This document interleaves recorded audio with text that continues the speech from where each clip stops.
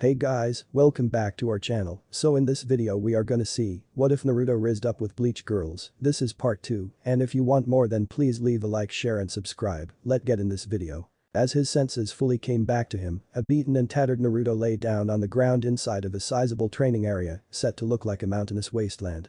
His clothes were blood-soaked and cut to near rags, and he was taking deep breaths. His eyes were swollen, but those along with his other numerous wounds were rapidly healing, something that his tormentors took advantage of regularly.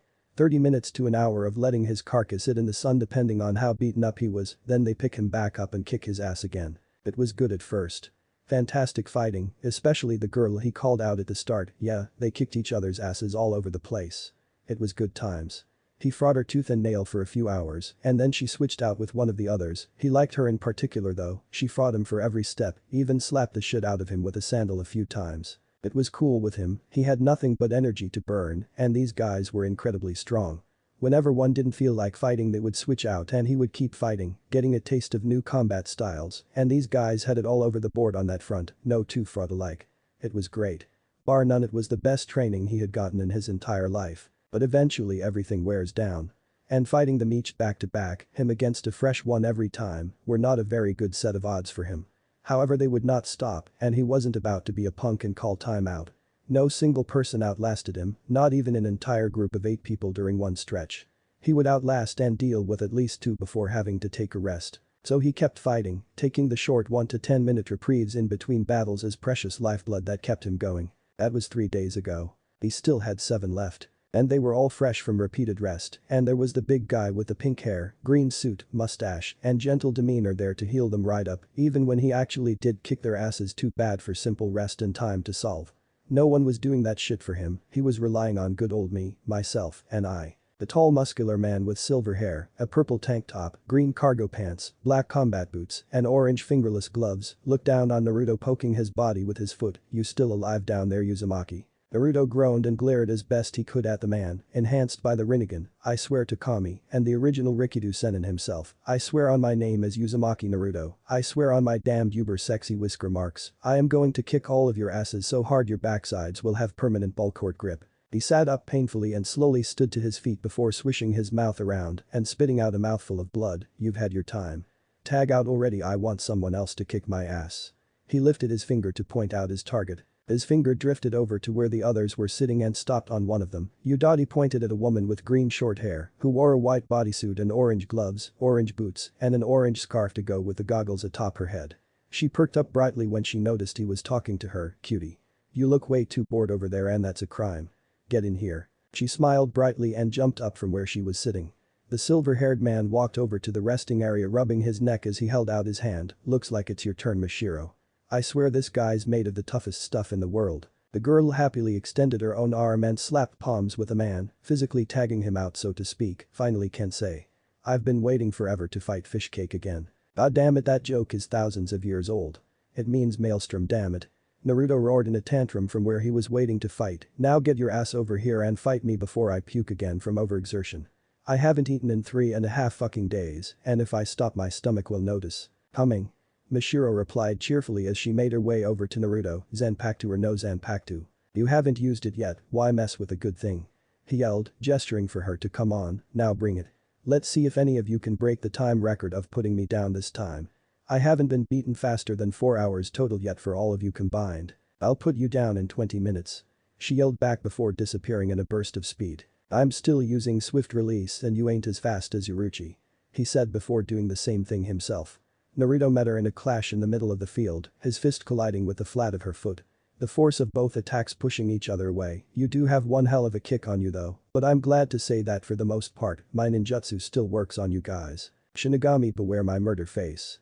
Naruto shouted as he made hand seals. "Doten. Kusari no Yobi, earth release. Call of chains." Naruto slammed his hands into the ground, forcing 9 thick chains to emerge and shoot out of the ground at Mashiro in an attempt to capture and bind her for Naruto's benefit. Mashiro, however, while not as fast as Uruchi, was to her credit still far and beyond fast enough to keep away from Naruto's chains, dodging them completely and coming at Naruto head-on while he was focused on keeping them active. The girl was petite and very unassuming at a first glance, but so far she had been keeping pace with Naruto and even outclassing him at times using pure hand-to-hand skill and her speed, not to mention the times when she kicked him felt like he was a baseball that had been drilled for a liner. Shit, Naruto muttered, dropping the chains and making more hand seals in a blur of fingers and smashing his hands into the ground. Doten. Doryu Taiga, Earth Release. Mud Flow River. Because she had been making a beeline right for Naruto the entire time as he hadn't moved and she was so much faster than his jutsu, Mishiro was literally caught slipping when she slipped on the ground underneath her, which had turned into a stream of mud that was rapidly moving towards Naruto. This is gross fish cake, she said as she found herself almost right on Naruto, who had his fist cocked back to strike the helpless girl. Well, he thought she was helpless. She never got that memo. Ah. Damn it, I can't see. Naruto shouted as a large glob of mud hit him in the eyes. He jumped away to clear his eyes and upon doing so saw Mishiro right in front of him. Mishiro drop kick. She shouted before driving her feet right into Naruto's body, sending him flying through the air. He didn't know how high the ceiling was and he didn't want to, thus he stopped himself in mid-air and simply hung there. Hey. That's right, I forgot you can do that too. That's good. She yelled to him before taking off after him in the air to continue combat. He had learned a very important lesson here in this grueling little torture session that he was going to use for sure once he found Urahara for revenge. His ninjutsu still worked on Shinigami. At first he didn't know what the deal was with those hollows he fought, but against a Shinigami if he could see them and he was aware of them spiritually, he could hit them with an attack just as clear as if he were punching them. Good to know. It made the getting kicked around thing far more tolerable and the look on their faces when he started throwing his ninjutsu around. Priceless. They called it Kidu, especially with the incantation, but he was quick to correct them that the two were similar, but not the same, nor did he need to call out the name of the attacks that he knew better than others. From that point forward all bets had been off, and any inkling any of them had on holding back died right there as they went hit for hit. Kidu versus ninjutsu. He had bitched about his jutsu not really having effect on a hollow he had tried to electrocute when he first arrived in town, and they said they had no clue as to why it didn't work, because it sure hurt them badly enough. After the third time of getting his bell rung by Kensei, the realization hit him, elemental advantages still exist, just in a more magnified manner, because all hollows were spirits. He had simply gotten bad luck on both sides of the draw, so to speak against the first one he tried a ninjutsu on. They were comprised of Reishi, spirit particles, in its rawest most unrefined form that could still take corporeal shape, like a biju, but not nearly as strong or able to interact with the environment at large, not made of the earthly things that people and other things were made of, that had to share the same genetic makeup. Hollows didn't have that rule to follow, so hollows and their elemental affinities were more in tune than an untrained humans would be naturally, hence why some could fly faster than others, wind, why some were tougher than others, earth, why some had violently effective natural defenses or could pierce through almost anything, lightning, why some were extremely elusive and hard to get a hold of, water, and why some had body types that corresponded for attacks of incredible power, no matter how weak or unspectacular the hollow itself really was, fire. It wasn't the fact that part of chakra was physical that was the problem.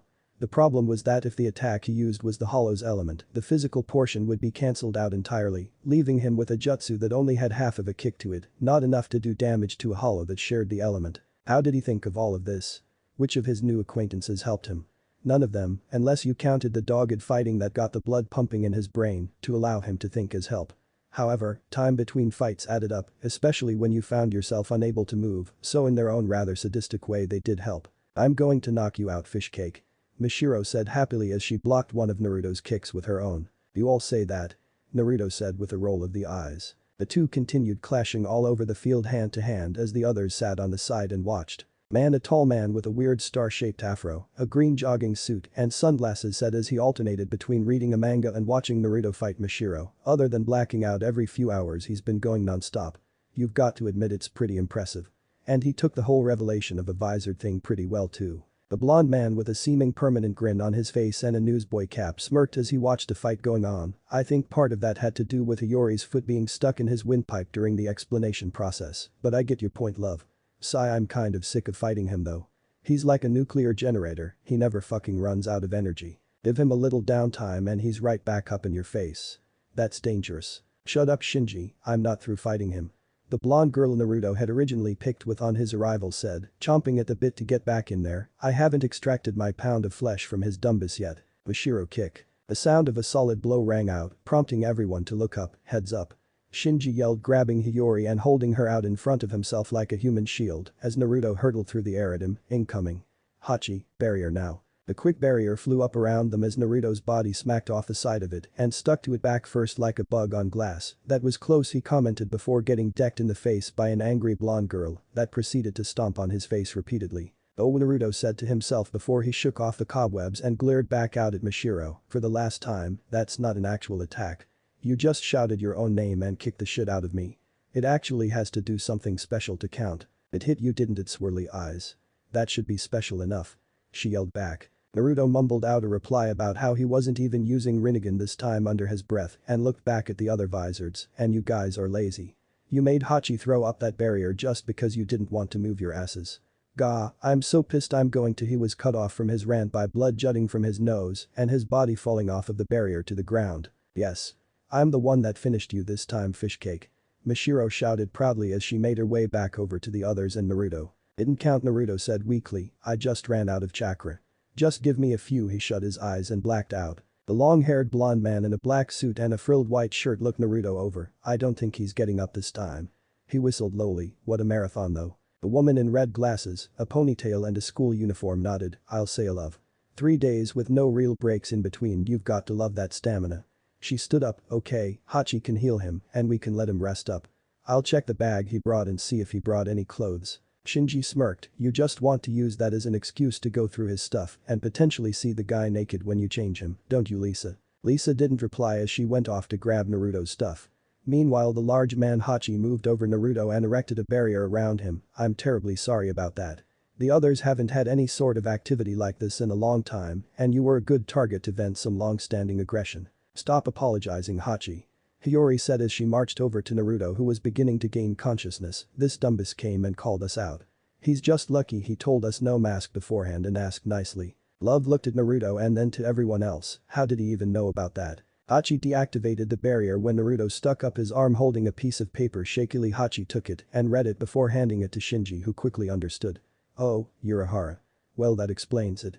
He walked over to Naruto and kneeled down over the barrier that Hachi had made to heal his wounds. Okay, we told you that we're Vizards, but do you know what that actually is? Naruto shook his head. No, are you from the Gate 13? Naruto shook his head weakly. I barely know what that is. What's a Vizard? Shinji gave Naruto a serious look. A Vizard is a Shinigami that has developed hollow powers. A pharaoh-looking mask formed over his face that increased the pressure of the room to Naruto. Like this, see? Naruto's eyes widened as his body began to feel the effects of Hachi's healing. Whoa. How do you get powers like that? Shinji laughed humorlessly. Not by choice, I should say. I'm going to skip the boring part since I don't really trust you, but long story short, we were forcefully given these powers. We never asked for them. Naruto shut his eyes and nodded thoughtfully. I can understand that. What you're talking about isn't that much different from me, honestly. Hiyori placed her foot on Hachi's barrier and sneered down at Naruto. And what exactly would some dopey-looking guy like you know about something like this? Can you let the barrier go now? Naruto asked Hachi politely. Thanks a lot, your healing barrier worked really fast. You're good. Hachi complied and bowed to Naruto. My time-space regression doesn't work that fast. What amazing healing capabilities. Hiyori growled at Naruto. Hey, I was talking to you. Don't ignore me, damn it. Naruto turned towards her. Well, now that I know what the masks are, shall we continue? Just you and me, he then smirked, and you can use the mask. Hiyori looked at him in surprise, as did everyone else. She finally grinned at him evilly. You know you just signed your own death warrant, right? Hachi, put up a barrier so that no one feels this. Yeah. Naruto said, jumping back towards his feet. He used Shunshin to reappear in middle of the battlefield. Just get back out here so we can do this. This is what you wanted the entire time, right? Hiyori quickly did as asked and made her way to directly in front of Naruto, drawing her Zanpakuto and pointing at him. Is this what you really want? You're going to be sorry. Thus do it and let me be the judge of that. Naruto said before feeling a rather oppressive aura set over the area. Man, that has some kick to it, he remarked as a skeletal mask with diamond markings across the brow and a horn on the forehead formed over Hiyori's face. She pulled the mask up to smirk at him. So how do you like this? Naruto chuckled nervously. That's really strong, this is great, he said before he began laughing slowly. As time carried on, his laughter increased more and more, confusing everyone in the room. This is absolutely great. I don't think I'm going to stomp a mudhole in Urahara anymore when I see him again. He introduced me to you guys. I think we're going to get along just fine. Hiyori looked at him with her black sclera and brown iris eyes in confusion. Why would you thank him? I'm about to kick your ass. I want to thank him because he introduced me to all of you. A bunch of people. Naruto's eyes turned orange in color as a series of strange markings formed and expanded from his stomach across his torso, starting at a spiral on his navel. A yellow shroud completely engulfed Naruto's body, releasing energy and flickers of flame, who are just like me. Iori looked at him in pure shock. The power flowing off of him was just as strong as their own. It felt almost the same except for a little something else that she couldn't place her finger on. Are you a Vizard too? You said you weren't a Shinigami. I never lied to you. This thing inside of me isn't a hollow. It's not just spiritual, it's also something physical. Everyone can see and sense this, not just those that are spiritually aware, everyone. I'm not a Shinigami. Naruto answered honestly with a serene smile on his face that still confused everyone. I hold something inside of me known as a Biju, a living corporeal mass of chakra, which is the combination of spiritual and physical energy. I haven't had to do this in a very long time. I didn't think I would ever find anyone else like me ever again. Iori let her mask fade. She no longer desired a fight with Naruto, instead having too many questions to warrant a battle right now. What do you mean like you? How are any of us like you? Naruto let his own enhanced power fade, because I didn't ask for this power to be put into me either, but I fought for control of it, just like you all had to for the sake of myself and the people around me, because I know a hollow would never just freely give you control and cooperate peacefully, same with me and mine. What are you? Shinji asked from the sidelines. Naruto looked over at the other Vizards and grinned at them. I'm just your average everyday immortal Jinchuriki Sage Shinobi. Nothing too out of the ordinary. I travel around, doing this and that here and there, and I dot. Uzumaki-sama. Lisa came from out of nowhere and grabbed a hold of Naruto in a tight hug, catching him off guard and surprising the hell out of the others who had never seen her act this way. I'm your biggest fan. I've read every story you've ever written. All 45 volumes of the Icha Icha series. Naruto grinned as he felt Lisa press his face into her bosom. I write books, Dadabeo. He tried looking up at Lisa, but found it rather hard to do as she was smothering him. Well, this is a refreshing change of pace. I mean, before this you were trying to kill me with your sword, now you're trying to kill me in a far more pleasant way. Lisa let go of him. I just saw your manuscript for the next series, but I couldn't read it. It's in some language I can't understand. Naruto chuckled. I do that because it's the language I used as a child. It kind of fell out of practice as the years wore on, so no one is around that can really translate it. He actually started paying attention and saw that Love, Shinji, and Rose had surrounded him with star-struck looks on their faces. Yes. Shinji pointed at him. You're Uzumaki Naruto. The Uzumaki Naruto. Your books never had your picture. No one did. Naruto looked at Shinji proudly. I published the books myself. My sensei wrote the first volume that had the first 3 books. I just kept re-releasing them over and over again throughout history before I started writing my own follow-up volumes like 150 years ago. People kept on thinking that it was just a passed-down pen name for anonymity, but no, I'm immortal. He laughed maniacally before calming himself. Then we have your autograph. Love and Rose yelled at him, brandishing books for him to sign. Naruto nodded and immediately made a Kage Bunshin that signed in his place. Lisa sidled up to his side, looking away from him in an indifferent manner that was spoiled by the blush on her cheeks. So how exactly do you get the inspiration for these books? Naruto rubbed the back of his head, because I've been alive for a long time. And in that long time I have seen and done many things that I have chronicled in some way in book form. All of the stuff that happens in those books is stuff that is loosely based on things that I've done. Every separate volume of adventure arcs is a separate adventure of mine. Shinji got in his face excitedly. So the stories about the wandering warrior traversing the desert kingdoms. Naruto nodded. Yep, me. Love did the same, and the ones about the man traveling the American plains in the expansion era, mingling with pioneer and Indian alike. At times Naruto admitted, except the pioneer men were really kind of assholes, but Indians are totally cool. Rose rounded them out with his own question. What about the series in Renaissance Italy and Germany? Naruto pointed a thumb at himself. Yo. He then shivered slightly. Bubonic plague was gross, good thing I'm so healthy and clean. And Lisa added questioningly, you did everything in those books. Naruto looked at her and gave her entire figure a once over. Would you like to find out? It has been a long time, but there are some things you never forget how to do. Instead of an answer, he took a shot to the face from a sandal that sent him flying. Getting up to his feet angrily, he glared at Hiyori. Stop hitting me with that damn thing. Stop being a pervert. Hiyori yelled back, brandishing the offending footwear threateningly in his direction. Naruto shook his fist at her. Not being a pervert is boring. Maybe you should try it. You might not be so high-strung if you actually got some every now and then.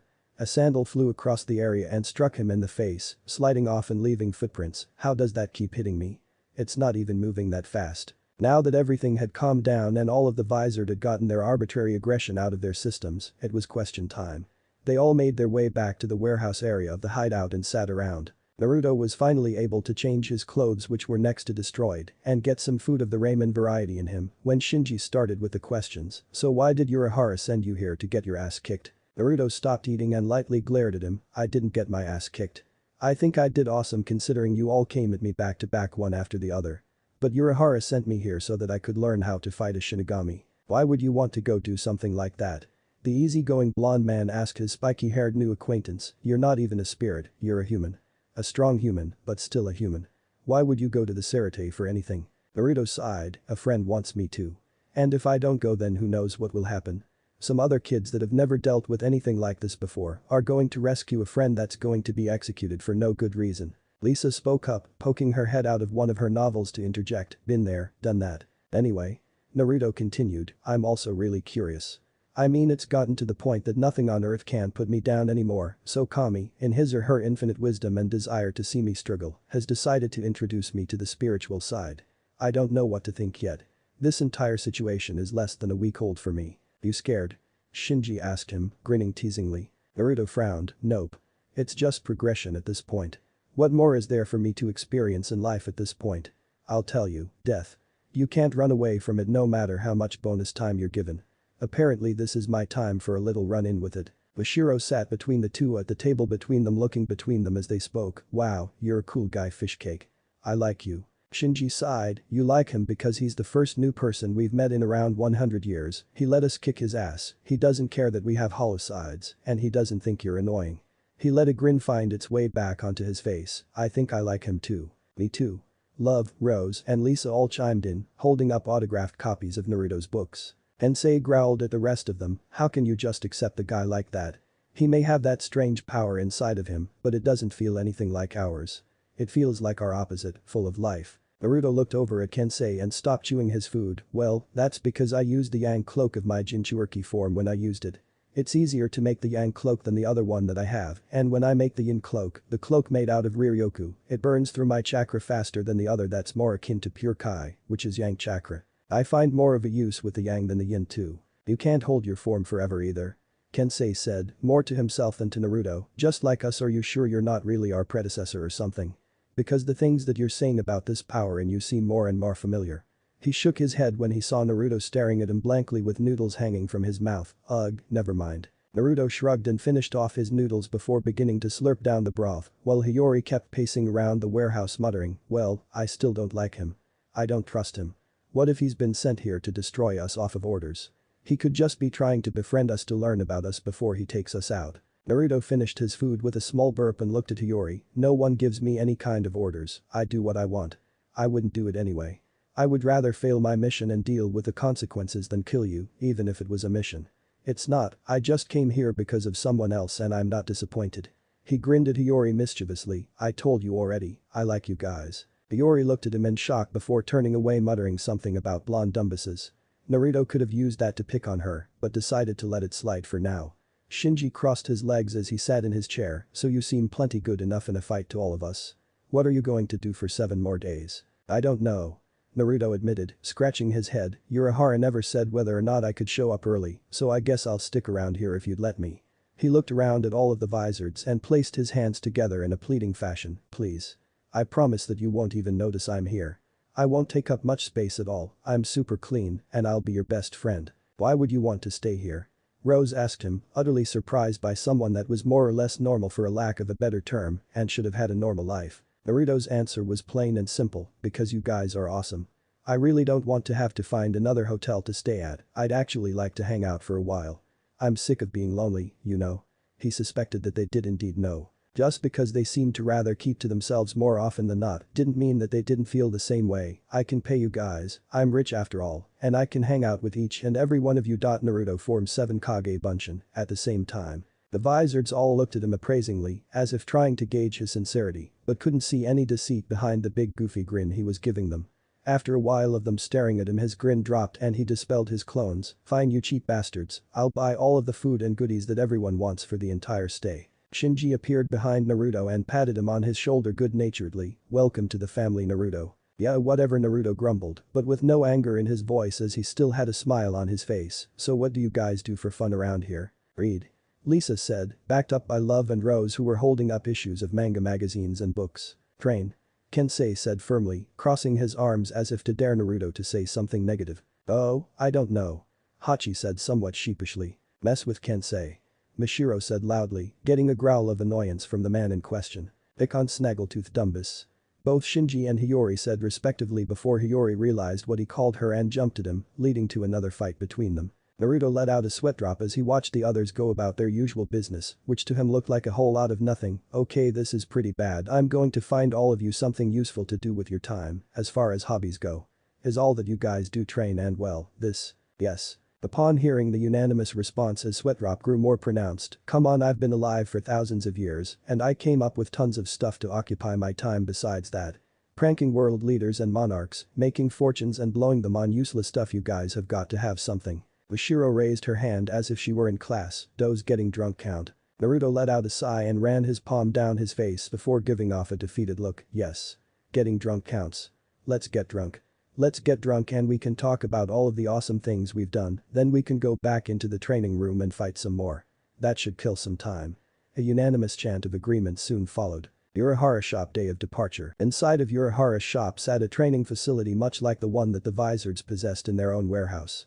In addition to Ryu and Ichigo, the others down there happened to be a rather silent, large, dark-skinned teen with curly brown hair covering one eye, a sleeveless gray shirt with a red stripe, and olive pants. There was also a rather bright teen girl with orange hair, bangs tucked back with a pair of hairpins.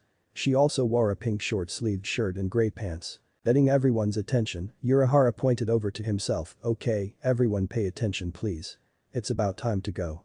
A series of stones formed behind him into a square door. This is the gate to the Soul Society. Now please listen up, I will now teach you the way to go through this door without dying. But first. He slammed the bottom of his cane into Ichigo's body, separating his soul from his body. That's better. The others were all picking with his body, marveling at how he was separated. Why are you guys messing with my body? Focus. He yelled in annoyance. Who said they could just poke at him freely like that? Han appeared in teddy bear lion form over Ichigo's shoulder. Right. Because that body is going to be mine for the time being. You guys shouldn't touch it. Everyone except Orihime-san she can touch it. He said, pointing at the girl. Han, why are you here? Ichigo asked the plush toy as the others started to freak out at the sight of a talking toy. Why? Khan said indignantly, I'm going with you of course. Do you really think you're leaving me behind? I will brave the difficulties of the Soul Society. And he was cut off by Chad, the large one, grabbing him and looking at him intently, forcing him to scream out in fear. Hey. Urahara shouted and waved, trying to get everyone's attention. You can look back over here now. I'm trying to explain how the door works here. He settled down and got back into explanation mode. As you know, the Soul Society is the world of the souls, so in order to be there you actually have to be a soul. However, the only one that really has the freedom to move around is Ichigo due to him being a Shinigami. Even if the rest of you have your souls separated from your bodies, you would still be bound by your chain of fate. That is why Arisha Kanki, spirit exchanger, that will change the makeup of physical things in the living world into Raishi, the main component of souls. Ryu understood what was being said, so all we have to do is go through this door and everything on that front will handle itself, correct? Urahara replied, you can all go to the Soul Society as you currently are. Ichigo started marching towards the door. Right then, let's go. Urahara cut him off by slamming his cane into his side. Not done yet. He chirped cheerfully as Ichigo held his side in pain. The process won't bring pain and you'll be able to go to the Soul Society. The real problem is time. The amount of time you will all be given to get through to the Soul Society is 4 minutes. Once time is up the door will close and you guys will forever be locked in the space between the living world and the Soul Society, the Dangai. He continued, if you are caught by something called the Karyu, even a single foot, the chance of leaving in time becomes impossible. Orihime looked rather disheartened by the rundown of their odds of even just making it there, so what should we do? Keep moving forward. The others looked at Yoruichi entering the room with a serious look, as serious a look as a cat can have. I thought I told you, your heart and soul are connected. What is important is how your heart thinks. Only those that can do so will be allowed to follow me. What are you talking about? Ichigo said belligerently, everyone here today made the decision to go and are determined to go through with it. You should know, kid, Yoruichi said offhandedly, if you lose in there you won't be coming back. I guess we won't be losing then. Ichigo replied determinedly. Well said. Yoruichi said proudly before a tick mark formed on the head of the cat indicating annoyance. Sorry I'm late everyone, I had to go retrieve someone who decided to sleep in. Sorry I'm late everyone, I woke up with a black cat standing over me and decided that was bad luck, so I took a walk around Karakura town to let my luck settle. A rather haggard-sounding voice said as footsteps signified the person descending down to their level, and don't blame me for that, Yuruchi. On the last day we just drank all day long and fought. Ichigo and Uryu could have sworn that they had heard the voice before. Yuruchi scoffed and continued to walk over to the others, leading the person to enter the room alone. So then why did I find you naked this morning? The other's face faltered at that little kernel of information they didn't need to hear. Finally making an appearance was Naruto, dressed in a dark green combat vest, a set of rather loose black pants, and a pair of distinct sandals that fit firmly and secured his foot and around his ankle for good support. To top the outfit off, he wore an orange bandana around his neck with a rusted metal leaf insignia sewn into it and a red overcoat with black flames lining the bottom. Naruto's eyes were rather bloodshot and red. Why did I find you naked this morning? He fired back at the cat in a seemingly nonsensical fashion. I didn't do anything to anyone there last night, did I? Yuruchi grinned at him, trying to repress some shameful memories. Naruto waved that sentiment off. Nope, none whatsoever. I would just like to remember what I did. It might make a cool scene to write about. I'm expecting tons of stuff to write about on this little mission of ours. Ichigo pointed at Naruto. You're that Naruto guy we met a while back. What are you doing here? Wasn't he in our class for one day? Chad remarked as he had been there the day Naruto had been thrown in. Don't remind me. Naruto said bitterly, I'll be damned if I'm ever going back to school. I'm an award-winning author that has sold countless books. Who needs school at that point? Don't change the subject. Ichigo snapped impatiently. What are you doing here? Do you even know Rukia or something? Naruto shook his head. Honestly, no. And I have no reason to be doing this personally other than the fact that Yuruchi asked me to, and the fact that just because Rukia isn't a part of my plane of existence doesn't mean that I should just let her be killed for such a stupid reason. Urahara walked over and placed a hand on Naruto's shoulder. Naruto-san. I hope that your training was to your liking. Naruto gave him an evil grin that sent a shiver down his spine. Yes, it was Urahara. I'd be happy to show you just how fruitful it was after I get back. We should sit down and have a little chat. But it can wait until I get back. Hey, Urahara backed away from Naruto and slapped the gate with his fan. Okay. Let's get going. The moment the gate is open, you guys rush in.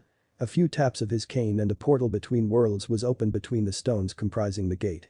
Naruto walked towards it, rolling his shoulders out to loosen up. Alright. You both owe me money or something of equal value. Remember that. Naruto said, pointing at Urahara and Yuruchi while stepping up first. I don't like playing guinea pig, but no guts, no glory. See you guys on the other side. He said, jumping in abruptly before anyone else. Shall we? Yuruchi asked, getting a nod out of Ichigo and the others before they all jumped through as well. Soul Society West Rukongai 1st District. The trip through the tunnel had been extremely dangerous. Almost getting caught by the thing that Urahara warned them about as well as something else known as the cleaner of the tunnel had nearly finished them off before real danger could begin. Were it not for Orihim's timely intervention with her powers they would have been finished. Is everyone alright? Orihim asked brightly as she looked at all of the others laying in a heap. Ryu sat up and held his head. I really didn't think we'd be that pathetic right off the bat. Totally unexpected. He felt the back of his costume. I didn't think I'd have to use my backup cape so soon. Everyone looked at Uryu strangely for carrying extra cape specifically for his outfit with him. Great.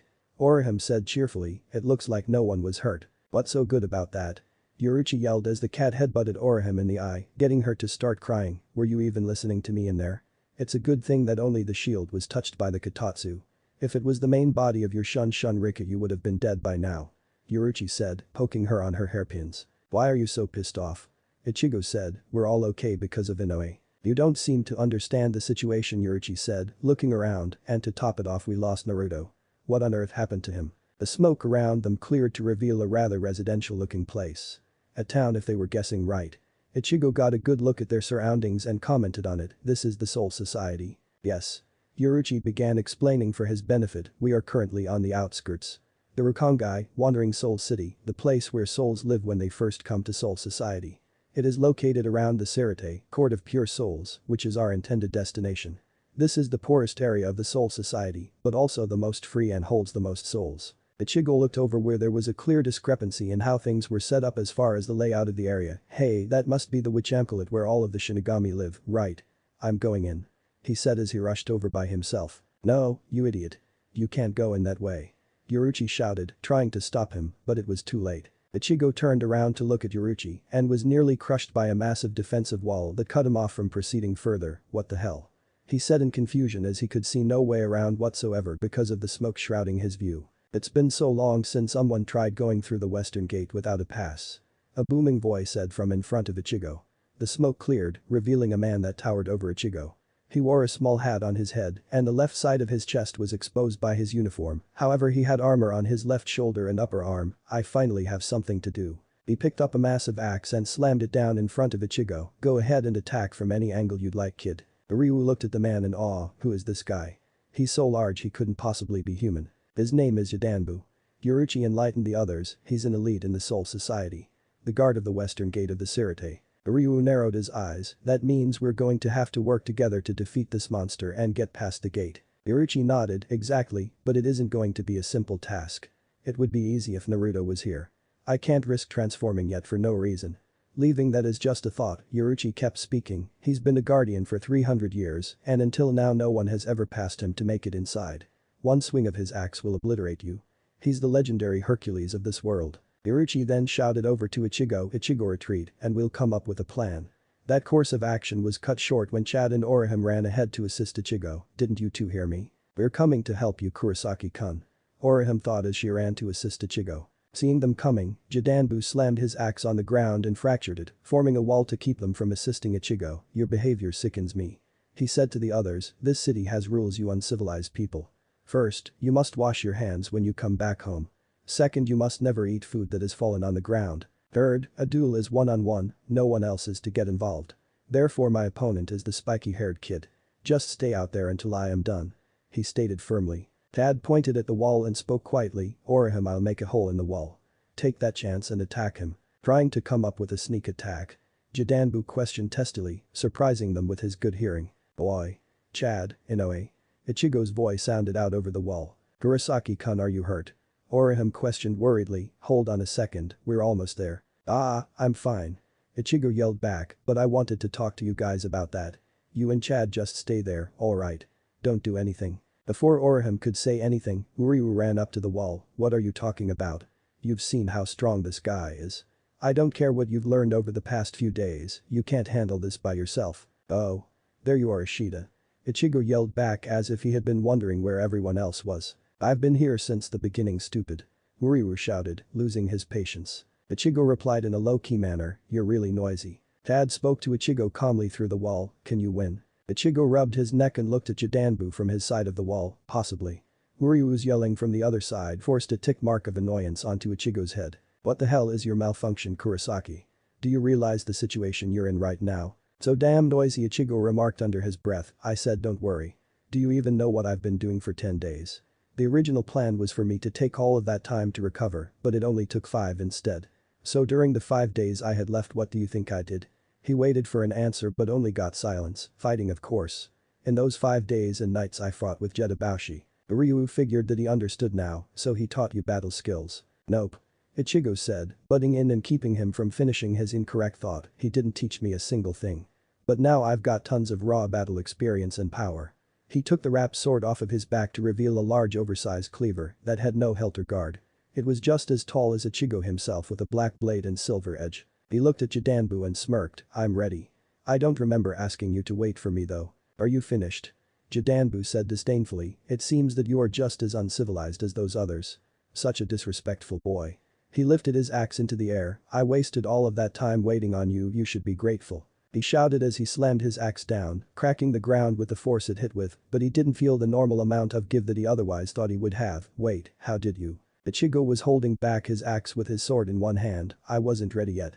That wasn't exactly courteous, you know. He quipped at his enemy. Jidanbu began to let out booming laughter, amused at Ichigo. You aren't too bad at all. It's been quite a while since anyone could block my axe. Now I can finally use all of my strength. He lifted his axe again. Good luck, kiddo. Until now there have been only 3 people who could block my axe including you, but the ones who can block my second are absolutely 0. He slammed it down on Ichigo who blocked again. Good. But I'm not finished yet, die. Jutsupan Jiden Damatsuri Jiden 10 hit festival. Jidanbu began swinging away at Ichigo. 1, 2, 3, 4, 5, 6, 7, 8, 5, 6. He lifted his axe one more time high over his head, it's almost done. 10. He swung his axe to the side and cleaved the top off of the wall he had put up to keep others out. When the dust from the flurry of attacks died down however, Ichigo stood unharmed with his sword over his shoulder touching the ground and blocking his side. How are you still standing? Jidanbu asked in shock. Are you done yet? Ichigo said coldly, setting a piercing gaze on Jidanbu, because it's my turn now. He said, preparing an attack. No. I'm not finished yet. Jidanbu said, lifting his axe again and pulling out a second one, my final attack. Banzai Jiden Damitsuri, 10,000 year hit festival. Sorry but I'm going to have to destroy those axes. Ichigo said just as Jidanbu moved to slam his attacks down on him once more. Ichigo countered with a swing of his own sword and made good on his threat as he destroyed both axes with one swing, sending the large warrior falling onto his back as well. Jidanbu looked up at the sky before blinking and rolling himself back to his feet. That was dangerous. A minor distraction and I found myself on the ground. He noticed Ichigo's strange facial expression. Did you think you had won? I won't go down so easily to a guy like you. Now let's finish this with my. He held up an arm only to find a handle in his hand. Axe. My axe. Where is my axe? He began crying pitifully and throwing a temper tantrum at having his axes broken. Ichigo actually felt guilty about what he had done. This is kind of strange to say, but sorry about that. I guess I could have only broken one and left you with the other, my bad. Jidanbu stopped sobbing and looked at Ichigo. You're such a good guy. He started blubbering again. I'm an enemy, I lost the battle, but you still care about me. So generous. He placed a hand on Ichigo's shoulder, making the teen Shinigami incredibly uncomfortable, and here I am crying like a baby because of a broken axe. He suddenly threw his arms in the air. In over 300 years I have never been so thoroughly defeated. You have my permission to enter the western gate of the Sirete. What is your name, young warrior? Ichigo pointed at himself, Kurosaki Ichigo. Strawberry, what a lovely name. Jidanbu commented as he turned towards the gate.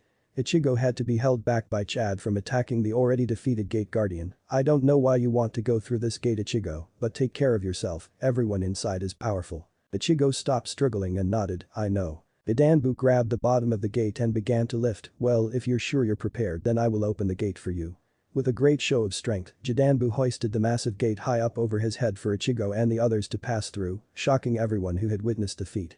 However, once he got it up he simply froze in fear at something he saw in front of him. Ichigo peeked around the giant and saw a man with silver hair, closed eyes, a grin on his face, and a Shinigami outfit, as well as an extra haori over the usual clothing. Who is this guy? He asked. Ichimaru Jin. Jidanbu said fearfully, captain of the 3rd Division. Jin spoke directly to Jidanbu in a light scolding manner. This isn't allowed. Before anyone could even do anything or before anyone knew what happened, with a swift motion the arm of Jidanbu was cut off. That's too bad, but you're a gatekeeper. Your duty is to guard the gate, not open it. He said, without any actual malice in his voice at all. The loss of his arm caused Jidanbu to scream in pain and lose his hold on the open gate, all the while blood from the open wound rained down. He still managed to hold the gate open, however, with one hand on the gate and his shoulders keeping it up. No wonder you're one of the Soul Society elites. Jin mentioned casually, even with a missing arm you can still hold the gate open. However, you are still a failure as a guardian. Ichimaru Taichi Yuruchi thought as the scene unfolded. I didn't expect anyone like this to show themselves so soon. Even though they're all very strong, his strength is beyond their imagination. If they fight here the worst may occur. I opened it because I lost. Jidanbu said wearily, the guardian opens the gate when he loses. It is only natural. Did you make that idiotic rule up yourself? Jin remarked amusedly, you obviously misunderstood. Even if a gate guardian loses he still may not open the door. If a guardian loses the aura around Jin grew murderous, he must be executed. In a flash, Ichigo attacked in order to keep Jidanbu from being injured any further, clashing swords with the captain before breaking away. Iruchi's jaw was left slacked by how brazen Ichigo was. The kid just moved at him on his own. What do you think you're doing, you bastard? Ichigo questioned Jin. Iruchi shouted at Ichigo instead of letting Jin reply, what do you think you're doing? We beat Jidanbu fair and square and then you just pop up out of nowhere and attack us. Ichigo said to Jin, almost seething, Inoue, I want you to look after Jidanbu's arm. He asked of her, getting a nod from Orihime, if you want to fight so bad, then I'll be your opponent. If you attack unarmed allies so easily then I'll have to rip you apart in revenge. You're interesting. Jin said about Ichigo, aren't you afraid of me? Hell no. Ichigo said angrily in response, absolutely not. Stop messing around, Ichigo. Let's retreat for now. Yuruchi nearly pleaded. Getting into a fight with a captain-level Shinigami in the first few hours of being here wasn't exactly on the to-do list. Ichigo? Jin said in his head as he got a look at Ichigo's physical make orange hair sword, as long as his height so you're Kurosaki Ichigo. So he does exist after all. Ichigo looked at him in confusion, do you know me? He said before he noticed Jin had turned and started walking away. Oi. Where are you going? Not turning to face him, Jin spoke, well if that's the case then I definitely cannot let you pass. What the hell are you walking away for then? Ichigo questioned before deciding to make a crack on him to provoke him. What are you planning on doing, throwing that knife at me? Oh, he didn't know it all, poor bastard. Jin held his sword out to the side. It's not called a knife, this is my Zanpakuto. He quickly set himself in a sideward stance, tucking the blade under his left arm and pointing it at Ichigo. Icarus, Shinsu, shoot to kill, God spear. Jin's sword rapidly extended at Ichigo with intent to impale him. Ichigo held up his own Zanpakuto in defense but ended up getting pushed back into Jidanbu, throwing them both outside of the gate. The gate began to close as his sword retracted. Jin peeked out under the bottom of it and waved at everyone. Bye-bye now. He said pleasantly right before it slammed shut. Kurosaki-kun. Orihime shouted as she, Chad, and Ryu ran towards the downed Shinigami who was motionless on the ground. Ichigo suddenly popped up. Damn it, that hurt. He yelled, surprising everyone that had moved to his side to check if he was hurt or not. Where is that bastard? He nearly killed me. Arg. He still seems lively. Ryu thought as he saw Ichigo bitching to himself about Jin. He took that attack head on, and he's still just fine, I'll say it again, scary guy. He looked at Ichigo's new sword. Is that how he did it? I think he called it Zangetsu, his new Zanpakuto. Ichigo stood up and looked at Yoruichi who had walked up to him. Sorry, because of me the door closed again. Forget it. Yoruichi dismissed his apology. There's no point in dwelling on it now. Although the door is shut again, the results would have been potentially worse had you passed through. That was Ichimaru Jin, just be glad you weren't injured.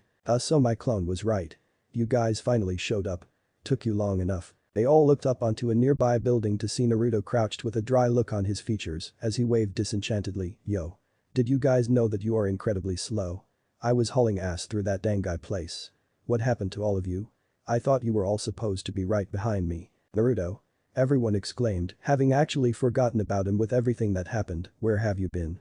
Yoruichi scolded. I thought you had been killed when you went through. Naruto shook his head, a distinct lack of humor or good nature on his face. No, don't you give me that. Something exploded when I made it through and I couldn't look back. Do you know how long I've been waiting for you guys to show up? I got sick of waiting and thought you had all died. He then pointed at the downed Jidanbu and the closed gate. I tried that too when I first got here. I kicked another giant guy's ass on the east side of this place. I didn't land here. I can't open that gate either or even get inside, so I've just been messing around out here trying to think of something. How long have you been here? Yoruichi asked after jumping on the roof he was sitting on, perching on his shoulder and whispering to him, not wanting to alert anyone else. Naruto answered quietly, I've been here for quite a while waiting on all of you. Yoruichi remarked, time must have been displaced due to what happened with Orihime's barrier and the Kitatsu. We might be able to take advantage of this later, just keep it to yourself for now, okay? Naruto nodded as they continued to watch Orihime work on Jidanbu's arm as the villagers came out to interact with them all. So what have you been doing by yourself? Staying out of trouble, I hope. Naruto grinned, of course. I know how to be discreet. I had to exist as an immortal on Earth and move when I needed to, so I'm an old hand at blending in. His eyes took on a more glassy tint. I just had to spend some time looking around for something. Yoruichi blinked, what were you looking for? Naruto's eyes panned over to Yoruichi's golden ones. I wanted to see the friends that first left me behind so long ago. Sigh, I couldn't find any of them. This place is so big even with my Kage Bunshin, I couldn't go everywhere. I couldn't even ask about them no matter where I looked. They had lives of their own, and while I'm very happy I can't bring myself to show it. But then I saw that this place had old people and memorials and I realized that they must have passed on here as well. Yoruichi flinched for him and wrapped a tail around his neck. You really have been alive for a long time, haven't you? If that's the case then they must have been far older than 2500 years old in this realm. Naruto looked at his hands and clenched his fists. Probably. I lost count of how long I've been alive. It's way longer than the modern calendar for sure. Way longer. I didn't know people died here too. What makes this place so different from the realm of the living except for the lifespan? I can't find much of a difference at all. Yoruichi didn't know how to respond. That's a very hard question to answer for one that has seen so much of the living world like you. Maybe you can find out. But if it makes you feel any better, they're reincarnated.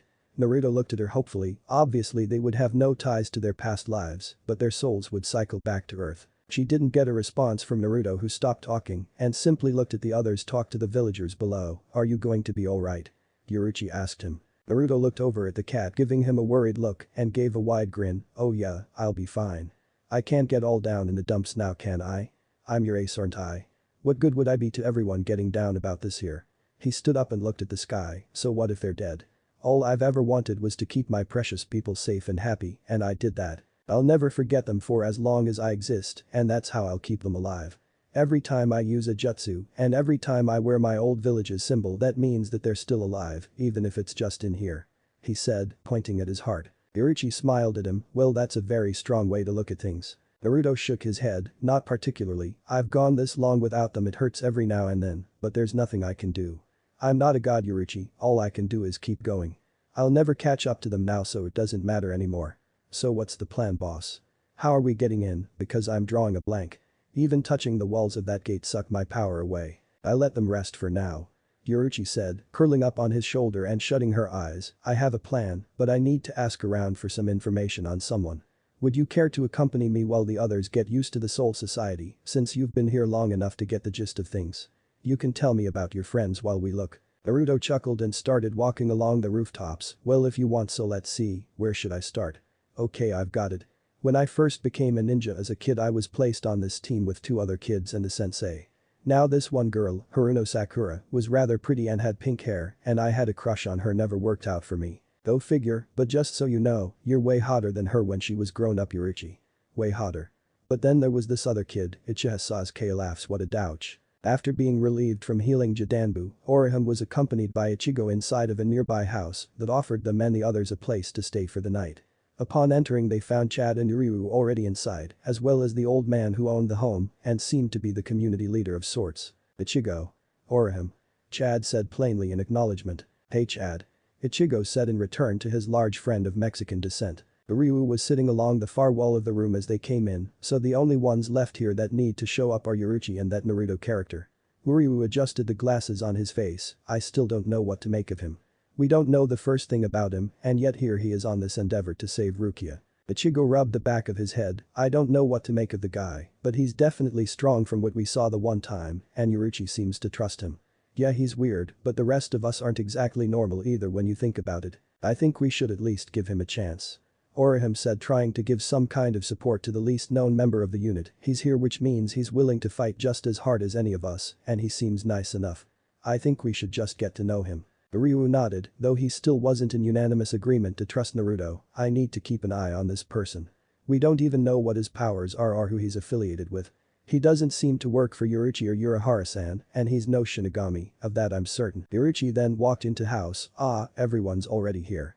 That's good. Naruto followed shortly behind, hugging himself tightly with a pleased grin on his face, I feel so awesome. Ichigo looked at Naruto who was happily patting down his own person, as happy as a child with a new toy, what's with him? He asked Yoruichi. Naruto didn't have any weapons on him. Yoruichi admitted to the other as she took a seat in the middle of the room, but somehow, and I have no clue how he did it, he found a blacksmith that was able to design some weapons for him, which he just came back from picking up. The others just nodded, not knowing what weapons Naruto had, but Yoruichi did because she had seen them. She also knew how many he truly had on him, both in variety and quantity, and that's what was driving her up the wall. How long was he here for before we showed up? Yoruichi wondered. Ryu looked at Naruto who happily took a seat in the middle of the room next to Yoruichi. What kind of weapons do you use Naruto-san? Naruto looked at Ryu, honestly, I don't need a weapon, I haven't for years. My entire body is my weapon. But then I realized that these Shinigami like to use swords, and I don't feel like screwing around with that. He shot his arm out to the side, and a small blade emerged from his sleeve into his hand.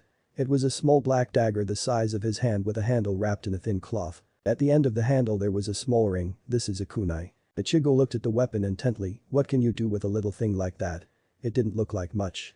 What could it really do against the swords that the Shinigami all ran around with? It looked like it would crack under a decent amount of pressure. Naruto flipped the kunai in his hand to a stabbing grip, it's really an all-purpose weapon. My immediate go-to, my utility blade, the shinobi Swiss army knife if you will, call it what you want. I can throw it, fight directly with it, or use it to kill you before you even know I'm there. He finished with a dark look that unnerved the teenagers in the room until Naruto started laughing, oh man that was good. His face then turned serious again, but seriously, I can kill you with this thing. Orihime moved near him to get a look at his weapon, but that's all that you have. Kurosaki-kun only has his one weapon too, but it's big. Naruto patted Orihime on the head, this is just my most basic weapon. He said, retracting the kunai back into his sleeve, I never said it was my only one. He opened his jacket to reveal a massive kanji seals written on the inside of his jacket. A quick summon and in a puff of smoke, Naruto was holding a large curved blade by the ring at the end of it. As the others moved to get a closer look, Naruto suddenly folded it open to reveal a wicked windmill bladed looking weapon, this is another favorite. The Fuuma Shuriken. He resealed back into his jacket. Yep, I have a lot of stuff to use. Iruchi let off a sweat drop as she saw Naruto showing of his wares to the hapless would-be rescuers. I think that's enough, Naruto. You're making the kids nervous. Now everyone come here, I want to discuss our plan for tonight and tomorrow. Naruto gave the black cat a salute and plopped back down on the floor, so tell them the plan. Another gate won't work because I already tried the one on the east side. Your guardian opened the door after you won. I beat up mine so bad that it wasn't even an option. Iruchi shook her feline head. No. No more gate work. Breaking in like that wasn't a good idea in the first place. Ichigo turned away with an aura of gloom around him. So what about these other gates that Naruto was talking about? Chad suggested. Iruchi shook her head. No, they are at least 10 days away. Which makes me wonder again just how long he's been here. Orihim's barrier hitting the tunnel guardian must have seriously disrupted time for him if he started all the way on the east side and still wound up here when we arrived. The others caught on to her thought and looked over at Naruto, who was playing with a mechanism in his jacket sleeve that produced a hidden kunai in his hand. Naruto noticed them looking at him. What? How long have you been here? Orihim asked for the group. Naruto shrugged. Not that long. In relativity of time towards an immortal it is. He didn't vocally state that last part, but that's not important. He said loudly, trying to change the subject. Iruchi, you were talking. Right. Iruchi picked up right where she left off from. If we tried that we would just be wasting a lot of time that we don't have. But don't worry. If we can't get in using a gate we'll just have to get in without using a gate. What?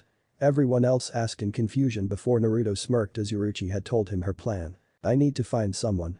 The cat said before turning to the older man in the room. Elder Dono, do you know where I can find Shibaku Kaku?